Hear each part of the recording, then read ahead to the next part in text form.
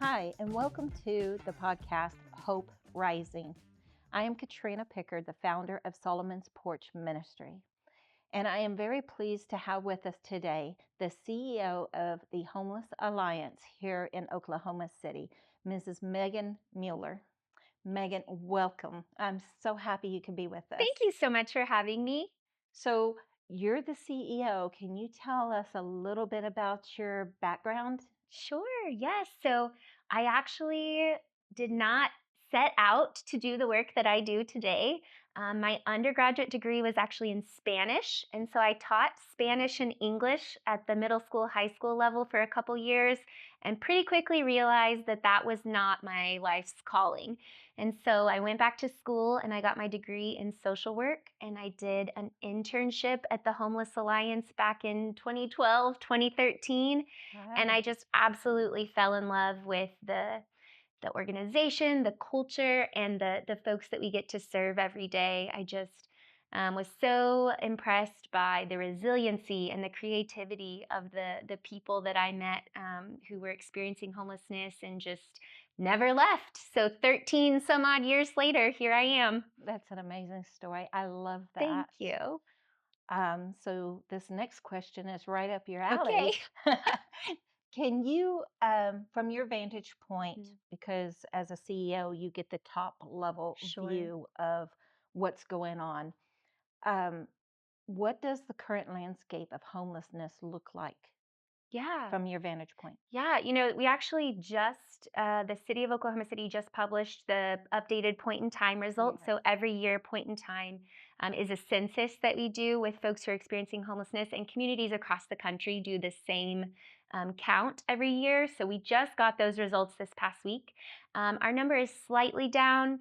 Really, it's relatively flat. So we've had pretty flat counts for the last 3 years now. Mhm. Um, but prior to that, we had a large jump. So from 2023 to 2024, our population saw like a 28% increase, which is the most significant increase that we'd seen in our community in a really long time.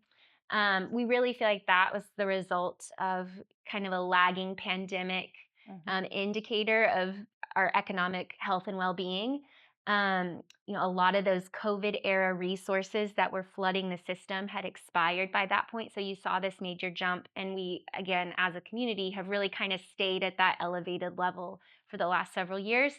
And that's pretty consistent with what we see across the nation as well. Communities across the country saw that large jump and are continuing to see relatively high numbers. So it is a problem that in many places around our country is growing. What we see locally, the fastest growing subpopulations are families with children and adults ages 65 and older. So we're seeing a lot more folks who are, again, very vulnerable, who are experiencing homelessness. We're also seeing lots of people who are losing their housing and going straight to the streets. So, about half of the people who are experiencing unsheltered homelessness, which is what's Mhm. really visible, right? That's what we think of when we think of homelessness. Half of those folks report that this is their first First time time. homeless. So Wow. they're losing their housing and there's nowhere to go. They're going straight to living outdoors. Yeah, that's a tough It's situation to be wild. in. Yeah. Mhm. Going from having a home, a roof over your head, into struggling on the street with not only the elements, but the Absolutely. environment and the atmosphere. Absolutely. It's a complete change. And I think it makes a lot of sense when we think about, even you and I at the grocery store, we can feel the squeeze. Things Hmm. are getting more and more expensive. And I think what you see and how that's playing out with the folks that we're working with, Yeah. it's more and more families, more and more, again, aging adults who are having to make a Hmm. decision between, am I going to put food on the table today or am I going to Hmm. pay my rent? Just the math doesn't math, right? Right. It's just there's not enough income to support the rising costs of rent, utilities, food, again, all those basic needs. And so, unfortunately, it's a predictable problem, right? Right. We actually had one of our volunteers, they shared a story with us about as they were talking to this lady, she said, well, my husband passed away.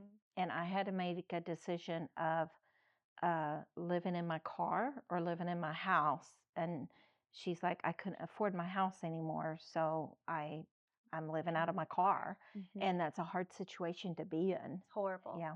Yeah. Especially with the economy right now and Yep. everything going on with, I mean, Exactly. gas prices just jumped Gas 30 alone. cents, Yep. but what do you, what is something that you wish more people could understand about the causes of Yeah. homelessness? I think along the lines of what we were just talking about, I think so many people have a tendency to attribute homelessness solely to the individual, Mm-hmm. right? We kind of think, well, it's the result of choices that they made that led them to this position. And I think that is I understand why that's our tendency, because Yeah. if it's about our choices, then I have control over that, and I can decide whether or not that happens to me. Right. I think, and I think especially coming from it, at a more spiritual angle too, we all know that we have way less control than we often Absolutely. want to think we have, right? And I think homelessness is not different, right? So there is a component of individual choice and circumstance, mental health, Mhm. substance use, domestic violence, even natural disasters, things like Yes. that play into it at the individual level. But really, it's always this complex interplay of systems at the very large societal level, down to the micro, right? So Right. you're talking about things like a lack of affordable housing across the country and in our local communities, a lack of access to health care, mental Mm. health care, physical health care, a lack of a living wage. In Oklahoma, the minimum wage is still $7.25. A housing wage in Oklahoma is nearly $21 an hour. So again, you would have to have 3 full-time jobs at minimum wage to maintain an apartment in Oklahoma, which Right. is largely considered one of the most affordable states in the country. So again, I think there's always this mixture of systems that are impacting us and that are contributing to experiences like homelessness. And I wish more people could zoom out and kind of take that Mhm. holistic perspective. Absolutely. I totally agree with you. You know, people are sometimes born into that kind of situation as Right. well. There's one person that we interact with monthly, and he shared his story with me over a year ago. And he said basically he's been on the street since he was 5 years Yep. old, and he's in his 50s now. And his parents were on the streets, and that's the only thing he knows, Yes. right? So it's hard for him to overcome that struggle, especially without assistance like we Right. bring, Right. right? So you lead an organization that sees every single day the vulnerable, Hmm. those who are struggling with addiction, Hmm. those who have physical impairments, mental impairments, sometimes all three, criminal records, felonies that they have to try to figure out how to do this. And they're restricted on having an apartment or a house in a certain area Hmm. because of their background. You know, you mentioned earlier that your first degree was in Spanish and Hmm. teaching. So when you switched over doing social work, Hmm. was there a story or something that signal? I mean, that's a pretty big jump from Yeah. teaching to social work, right? So is what motivated that? Yeah. So, like I said, I was teaching and I loved my students. But had this realization. The way I describe it is, I didn't feel burdened by my work. Mm, Not in a bad way, but it wasn't. When I say burden, I mean, that thing that makes you wake up saying like, I have to get busy. I have to get to work. I have to right, do this thing. I didn't have that feeling when I was teaching. And again, just felt like I was being called elsewhere. And so I vividly remember finding social work and reading about the program and thinking, they're going to pay me to do this? This right, is a job. Just thinking, I can't right, believe that this is what I'm meant to do. right, This is what I'm meant to do. And I can't believe that I can actually make a career out of, pursuing something that I'm incredibly passionate about. right, right. Yeah. Your passion does come through, and we're so thankful that you're in that leadership Thank position. you. Um, it has to have an emotional weight that tolls on you. So how do you balance uh, that emotional weight with your strategic focus Yeah. of coming up with realistic solutions? Yeah. I'm so glad you asked this. I think um, as a woman, especially, I really love this question because I think sometimes, there's this narrative about like women and their emotions. And I actually view my emotions as a superpower. I think that they make me a much better leader.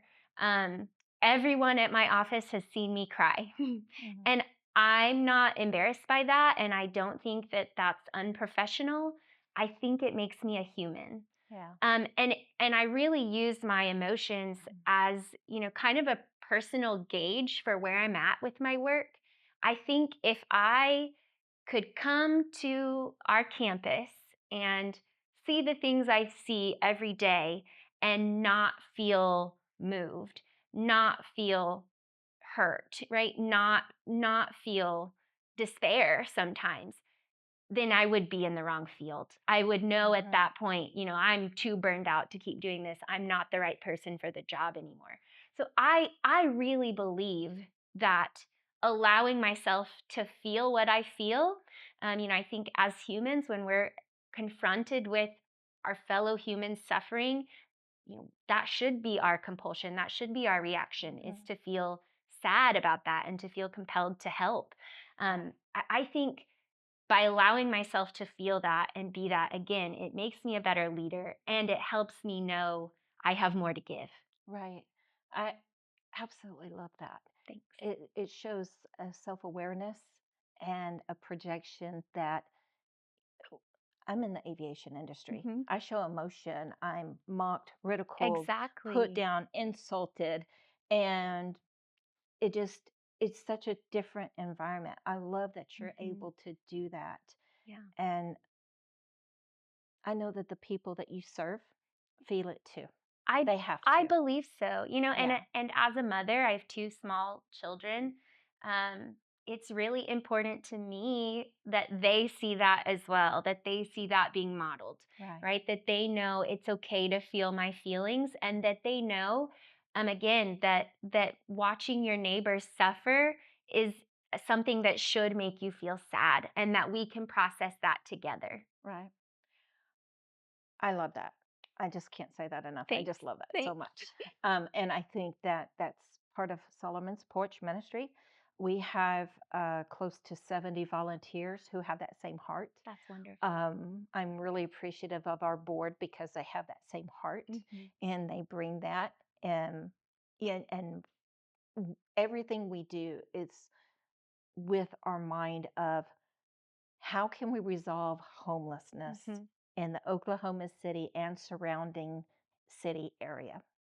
And I know that's on your mind too. Hmm. So, as I've been researching and pursuing this, I see nonprofit after nonprofit after nonprofit, and Norman just doing their Mhm, homeless mhm, shelter, and I'm thinking, what? How could we come together mhm, as one instead of separate? mhm.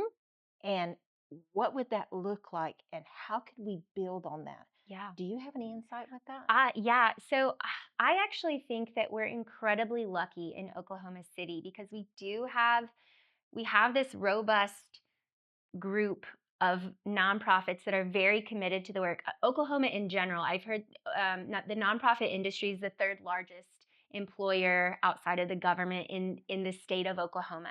So we are nonprofit rich in our state.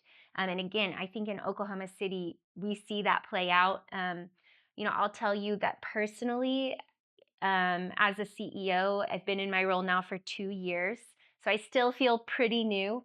I cannot overstate how valuable it is to have this community of providers who are galvanized around the same goal, working together. Mhm. Anything comes up, I can pick up the phone and call any colleague at any partner organization, and I know they're going to pick up the phone and I know that they're going to walk with me through whatever challenge I'm bringing Right. to them. It is just so amazing. In fact, last night I was at an activity with one of my kiddos, and someone came up to me and she said, "You look so familiar. Do you work at the Homeless Alliance?" And I said, "I do." She had worked for a partner agency a decade ago. And she said, I work remotely for nonprofits in another state. And I didn't realize what we had in Oklahoma City until I did that work in another Oh, wow. community. And she just said, "I think about you and Homeless Alliance and the partners all the time because we were so lucky and so resource rich, and I just didn't even see it when I was in it." Right. And I just thought that is such a neat perspective because it can feel really overwhelming when you're doing the work day in, day out. It can really feel like we're constantly being asked to do more with less. Mm-hmm. It can feel like there's all these gaps in how. But I think going back to your question, just the reminder that we're really lucky and we're doing it. We just need to build on it, right? Like, Mm-hmm. we're not starting from zero. We're starting with a pretty good baseline of collaboration and true coordination. And again, just building on that, I think bringing ministries like Solomon's Porch kind of into the fold and getting Mm-hmm. getting our smaller faith-based ministries looped into that system is a way that we can kind of level up and Yeah. really take this to the next kind of tier of impact. Well, I'm glad you brought that up because my next question was about where do you see the gaps and how Hmm. we can fill in? Because you can correct me if I'm wrong, Hmm. okay? But hasn't Homeless Alliance been in existence for like 25 years? 22. 22 years. Hmm. And Solomon's Porch, we're just started. I Yes, mean, our yes. nonprofit will be 1 year old in July. Congrats. I That's know so the thing exciting. it is, but we have a lot to learn Yeah. and we have a lot of area to grow in because our heart is there to help with the transportation and help with housing. Hmm. And if we do it alone, we're going to be fighting upstream. Right. But if we collaborate with someone who's already been there and let y'all help lead us into filling in the gaps Yes. somewhere.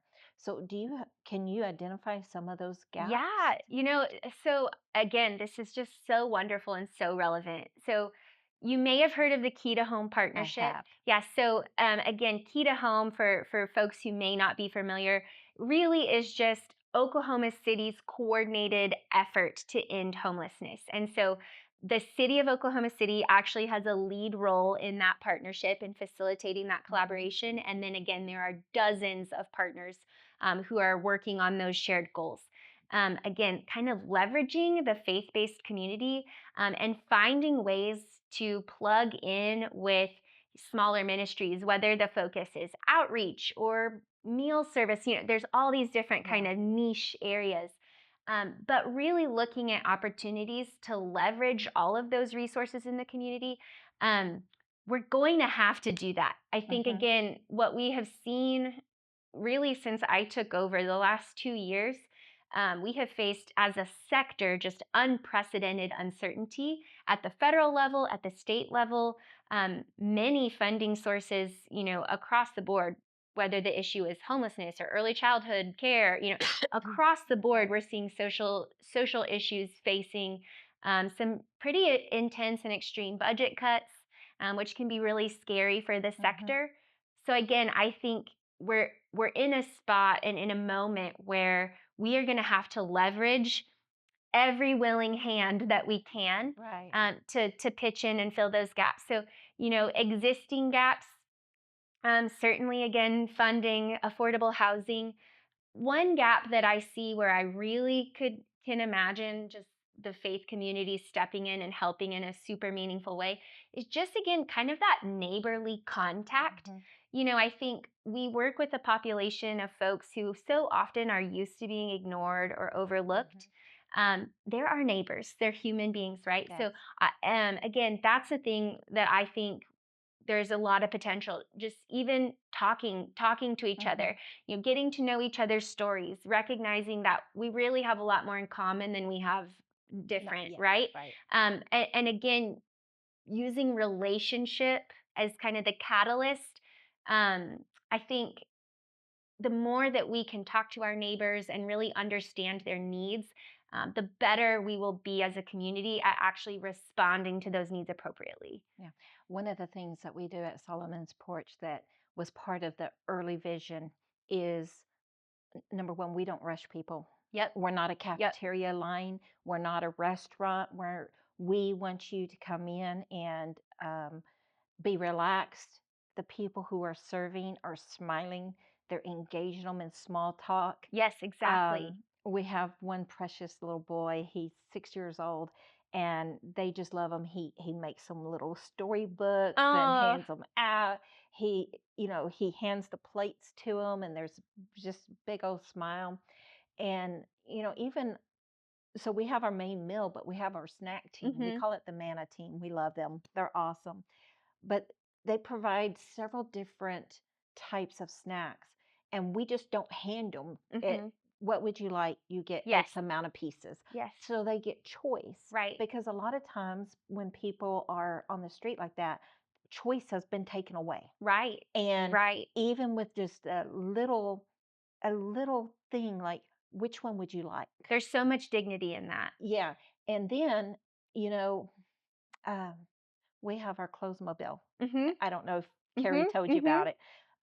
For those listening, it's an RV that we gutted and we transferred into a mobile clothes closet. Mhm. And we go in there, and Wanda, our vice president, she runs the clothesmobile, and she goes in there and she puts outfits together, and it's all matching, and shoes, belts, purses, hats, all this I love stuff. it. And it's personalized. Mhm. So we let 2 or 3 people in there at a time. They're able to choose at least two, maybe three outfits, Mhm. including shoes, socks, underwear, All of everything it. that you think about. And it's almost like for someone who doesn't have anything, they get to go shopping Yes. and choose. Yes. It's not forced on them. Right. And when you're talking about being a neighbor, being friendly to talk Exactly. to them, that was one of the visions when we started this is let's get to know them. Yes. Let's get to know them. One other thing we provide is tables Mhm. and chairs. So we, the volunteers, go and sit with them. Yeah. We talk to them. If they end up having like a walker or whatever, we take their plates and we lead them to a table and sit down. And then we serve them. Yes. And I cannot tell you how much that has opened doors for them just to communicate with us. Absolutely. And I know that we're a small ministry right now, but that is the basis of what we do. We love them. Absolutely. That's so We love them. fantastic. Yeah. it's such a it's a beautiful thing. One thing you may not know about me is that my son experienced homelessness Oh, for a while. I did not know that. Yeah. So I understand that we may be the answer to someone else's prayer because That's I so know true. I know that when my son was out of sight and I knew he was on the streets, but he wouldn't follow the rules of my home. Mhm. I prayed for people to come and meet his needs, and I have 100% no doubt that it was met. And I feel like we are the answered prayers for somebody else praying for their loved one. That's so powerful. It is. Whew. I know, I'm so glad you told me that story. That's Yes. just really incredible. Yeah. So I was not able to attend the State of the City address Mhm. yesterday. Can you share some of the Yeah. statistics that came out of that? Yeah. Yeah. So again, our count this year was down 1%, which is, I know that that may seem small, but again, Mm, any reduction is worth celebrating. absolutely. Yeah. Absolutely. And so we're seeing, you know, we haven't recovered from that again 28% jump that we saw from 2023 to 2024. But we're seeing is still a relatively flat number. Um, Again, I think that that is worth celebrating, especially when you consider that Oklahoma City's population continues to grow at a rate Yes. much higher than that. As a city, we continue to see more and more people coming here, which is exciting and great. The fact that homelessness isn't growing at the same rate as our general Hmm. population is a win. Absolutely. Again, and I think just really speaks to how well our partners and our providers are stepping in and trying to meet those needs and fill those gaps. Other trends that we're seeing, again, we're still seeing elevated numbers of family and senior homelessness. There's a big effort this year. One of the shared goals of that Key to Home partnership is focused on intervening with families. And so I think that's something to be really excited about. Another thing that we've been working on for the last year or so that will continue as we move forward is this idea of early intervention. So we really, whenever we can, want to move our intervention further upstream.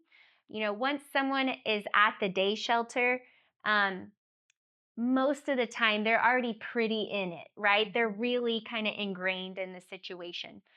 They've already lost their housing.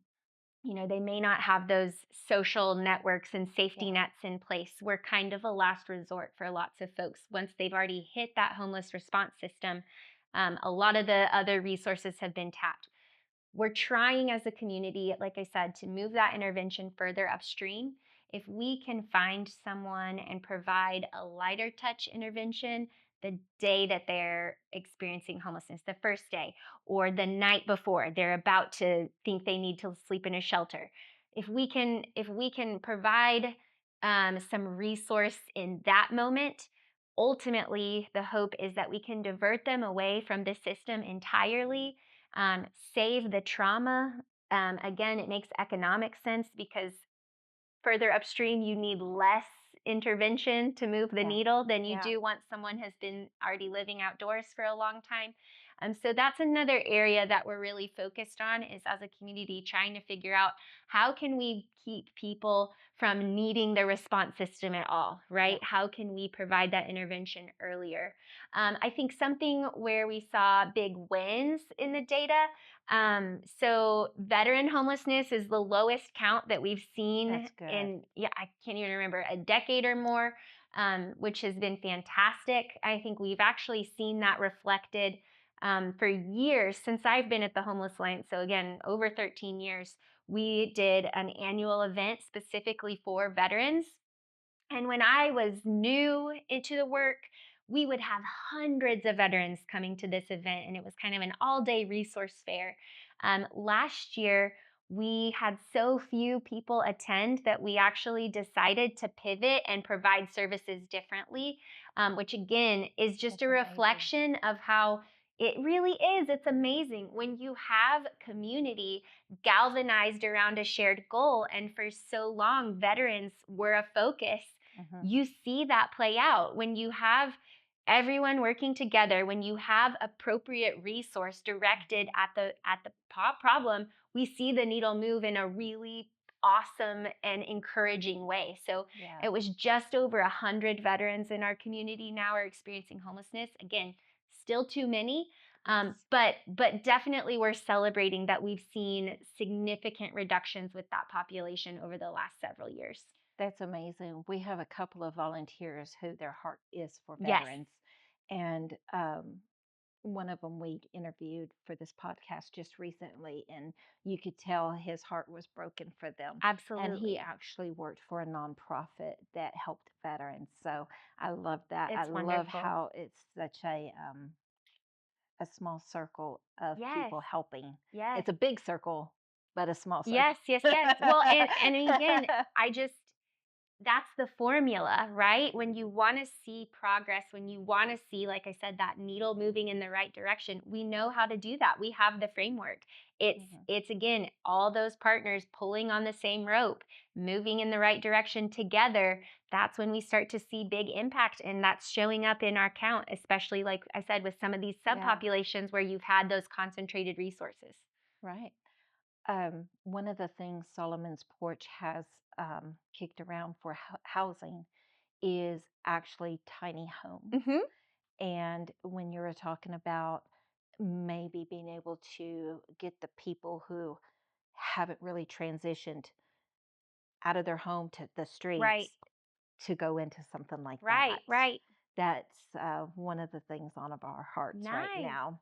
We're still working on Yes, of course. it. Still working on Of it. course. And I love the fact that our collaboration is happening Mhm. because Mhm. when we do get that in place, we'll be able to work with your case managers Mhm. and with us not, we are fully funded by volunteers, not Mhm. government Mhm. grants. So we'll be able to cut through a lot of that red tape That's and be great. able to Yeah, help with immediate situations. that's I love great. it. I love it. Fantastic. Yeah. Wow. We've talked about a lot. I know. So, as a CEO, I know you've faced a lot of challenges. Uh-huh. Even in the last 2 years, with Mhm. the growth and the changes that you've discussed, has there anything that I can't even talk? You're Has there been anything that has surprised you while you're on this leadership journey? Oh gosh. Um, you know, since I've been in the work for so long, there's not much about the work that surprises me. Um, again, I think the main thing is just figuring out how to lead through tricky times. Hmm. Um, that uncertainty that I talked about earlier, we feel that across every level of the work, right? We feel it at the top, and trying to figure out, how are we gonna meet all the needs of the folks who are coming to us? How are we going to meet the needs of our employees who are Hmm. feeling those squeezes as well, that economic squeeze and kind of the tightening of just existing costs more, and how can we support our employees and our staff who are showing up every day and doing this really challenging work. Hmm. How can we make sure that they're well taken care of? And then again, as a leader, just how do I lead through the moment of extreme uncertainty? And how do I balance transparency um, with fear, right? Right. I know that for lots of people in our communities the last couple of years, showing up at work has been kind of scary. Like, am I going to have a job today?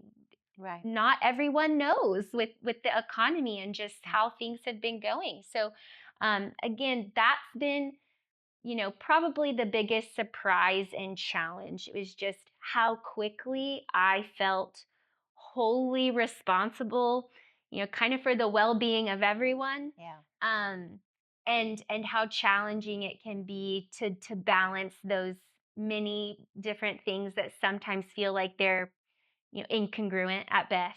So, um, I don't know that I get it right every time, but I try. Yeah. I'm trying my hardest. So, Well, you're carrying a very heavy, important mhm. load, I and I think people can see your heart and your motivation and your efforts. I hope so. I think the other thing that I have learned, is just we talk about in this sector a lot this idea of self-sufficiency. Like we even talk about it with the folks that we're serving. The goal is getting them to be self-sufficient. And I actually completely reject that notion. Yeah. I am not a self sufficient person. I don't know anyone who is. I don't believe it's how we were designed. I don't believe we're designed to be self sufficient. I believe we're designed to be in community. So Absolutely. that's kind of my soapbox that I always tell my case management staff. I'm like, the goal isn't self sufficiency. The goal is radical community. The goal is how can we get you so plugged in to your people that this is never a thing that happens to you again. And Yes. it's important for me as a leader to remember that too, right? Like the goal is not for me to be self sufficient. The goal is for me to work with my staff, work with my team, work with my partners in such a way that I'm not carrying the load alone. So North Church has their own response to that as we refuse to live life alone. Yep, that's it. We are built for community. We are not meant to be alone. And in fact, when we're alone, that is when we are attacked in our thoughts too Mm-hmm. much. So I love the idea that you reject that notion. Mm-hmm. We're going to give you the resources, but it's not self reliant It's at not. all. And we actually see that reflected in the data. So over the years, we've worked with people smarter than me who do a lot of complex analytics. Again, I'm a people person, not a numbers person. But we've had people really dig into our data and help us understand. And the actual single greatest predictor of someone experiencing long-term homelessness, people always guess mental health, substance use. Neither of those was even statistically significant. The biggest predictor of long-term homelessness was a lack of social connectivity. Yep. It makes perfect sense. Relationship. It makes perfect sense. If you or I were in a situation where we couldn't afford our housing this month, we probably have people we could call. I have dozens of people. I could pick up the phone and I could say, I'm in trouble, I need help, and they'd help me out. Right. And it's that social capital, that margin, that's really the difference between us and anyone who finds himself in a different situation. Yeah, it goes back to like my son. Yeah, He had a resource, and sure. it was me. Mhm. Um, but there are people whose resources have been cut off for whatever reason. Exactly. We're not going to judge, Yeah, whatever yeah. reason. And so they don't have that lifeline anymore. Right.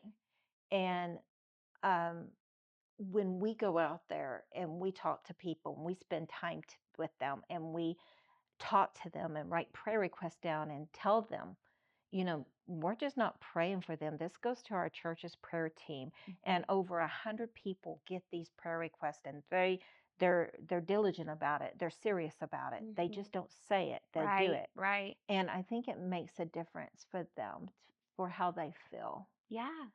Um, let's look ahead. Okay. We've talked about where we started and Yep. where we're at right now. Let's look ahead. Mhm. So, what are some approaches Mhm. that you are excited about Mhm. that we can continue on to end homelessness Yeah. in Oklahoma City and the surrounding cities? Yeah. So we talked a little bit about early intervention. Again, I Hmm. think that's a big one. I think um even from a trauma perspective, being able to save someone from just the trauma of experiencing homelessness, I think Yeah. is huge. And so I'm really excited about early intervention.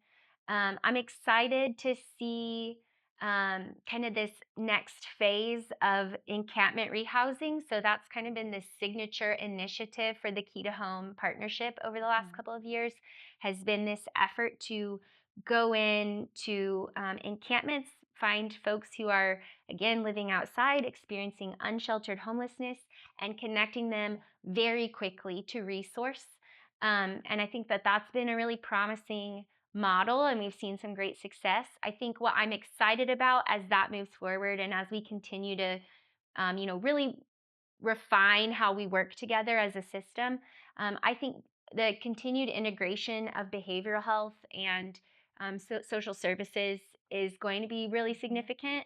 Again, this idea that no one provider has to do this alone and Yes. that we don't have to be all things to all people. Right. If we as an organization can say, hey, we're really good at the housing piece, we're really good at that, we've got that part figured out, this person has more acute needs, can you step in and really, Absolutely. really partner with us on that behavioral health side? So I think we've seen some promise over the last really year, especially. Um, we've always worked with our mental health providers, but I think just in terms of, again, not just collaboration but true coordination, I think we're entering kind of again, just the leveled up era where you're going to see way more integrated care in a really meaningful way. And I'm really encouraged for what that could mean for long-term Mhm. stabilization for folks who are transitioning out of homelessness. Right. So one of the goals of uh, Solomon's Porch is when we get to the housing, Hmm. it's it goes back to that relational foundation. Exactly. And I haven't presented this to my church, so if my church So, leadership is watching, here's a sneak peek into it. But what it is that I want to be able to make like foster cards hmm and have members of the church adopt members of whoever's in the house or the hmm apartment or the tiny home, and to come over and say, let me take you grocery shopping. hmm They may be on a bus route, but doing groceries on a bus is kind of hard, or Sure. let me get to know you. Let Yep. me invite you to my grandchild's birthday party, or, to actually invest in them hmm as people, like hmm we were talking about. And that's one of the hearts of our church is that we invest in the people. I love that. And this is where one of the visions for Solomon's Porch is going, is that we're not just wanting to get somebody off the street and into an apartment and say, there you go, figure it out. No, we're going to say, hey, you're off the streets, you're in the apartment. Now let me take your hand and be your friend. That's exactly it. So, we talk about this a lot. There's housing first is a model. It's gotten controversial over the last couple of years, but it's an evidence-based practice that providers in Oklahoma City have been doing for over a decade with great success. I think the important piece about that model, and the piece that gets lost, and I think is part of the reason why there's some controversy, is that we like to say it's housing first, not housing only. And that's exactly what you're talking about. We would never put someone into an apartment and say, well, good luck, you got it from here, right? And again, that goes back to we're not self-sufficient. That's not the point. The point is community. The point is community. And so our case managers, that's exactly what they're doing. Living outdoors requires a specific skill set. I don't have that skill set. I'm not resilient enough, frankly. I'm not that well adapted. The folks that we're working with are, but those skills don't always translate to living in your own apartment and maintaining an apartment or a home and figuring out how to do that. That's really, again, where that case management comes in, is filling in that gap, like you said, and really walking alongside folks as they're figuring out how to navigate that new atmosphere and new environment. But again, none of us can do it alone. No. And what that comes with is a transition of thinking as well. Right. Because they transition from survival thoughts to what we call normalcy. And that's why we like the housing first model. Even again with that caveat, this is housing first, not housing only, because it's so hard to set a goal for yourself if you don't know where you're going to lay your head at night, if you don't know where your next, if you don't have safety, if you don't have a meal, if we have our physiological needs met, it's so much easier to dream. It's so much easier to think about what's possible when you don't know where that physical safety is coming from. That's all you're focused on. All you're focused on is surviving this moment to the next. You're not thinking about what could I accomplish in a year? What might I do next week? That's not even on your radar. So that's the goal, is can we provide enough physical safety? Can we meet basic needs? Absolutely. So that you have the ability to dream? Yes. And then can our case managers come alongside and help you make those dreams a reality? Absolutely. I love it. It seems like we're really aligned on what our focus and purpose is. Absolutely. So Meghan, I just want to thank you so much for coming on this podcast and sharing your heart and your vision and what's all going on within the homeless community of not just Oklahoma City, but the surrounding areas. Because like you say, we are all one community. It doesn't matter what county you live in, right? Exactly. So, it's people like you that brings hope to the front and it rises up. And as we come along and collaborate with you, I know that God has some great things in store for us and for the homeless community in the next 5, 10, 15 years. And together we can end homelessness. Yes. That's the goal. Hopefully in 10 years I don't have a job because it's over and I'll go work at Target or something. That's right. That's right. I agree. I want to be put out of a job. Yes, exactly. That's my desire, and you don't really hear people say that very much. But it's true. Well, thank you so much for having me. I had a feeling we could talk about this forever. I think I was right. I think we could do 5 more episodes. We probably could. Well, thank you again. Thank you.